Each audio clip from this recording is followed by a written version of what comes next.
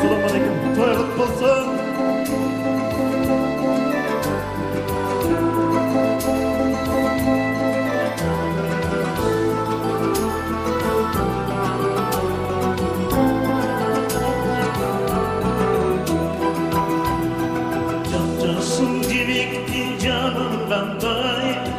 Kalgan göründü sağındım ay Yaş oldu gelemet kanday güç var Çoğu güdüm min sana hamındandayım Sağlarım unutma yelesindim Sakın görünüz kaldak belesindim Sayman o dolurum gözden uçur Sağındım tuğlan yerim seni Sağındım tuğlan yerim seni Yolları uçuşkan kargılar Çok doğum salamım aydı varar Çok boyu akıynıp divadır Yolumdu düttündür gül kayalar Sağlarım unutma yelesindim Salkın gör kızgallak yelesindim Sayman o dolurum gözden uçur Sağındım tuğlan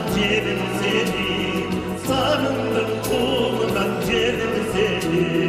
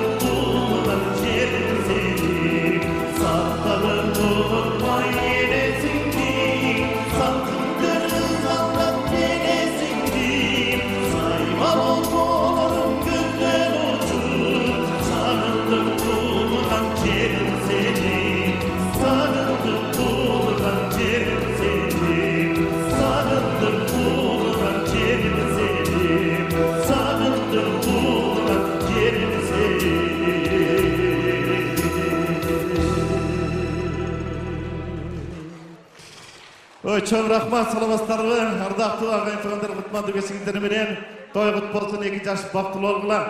Buna 2 yaşlı bugün atayın uşul ökül ata ökülenen atынан gelip oturam, andықтан ökül ata ökülegine bir şağıqtırata kol çağып koysanızlar, ben sizler için daha bir çıkarma atkar bereyim. Oluğumun dağı atalarınız qarındap 18 yaş sizler için.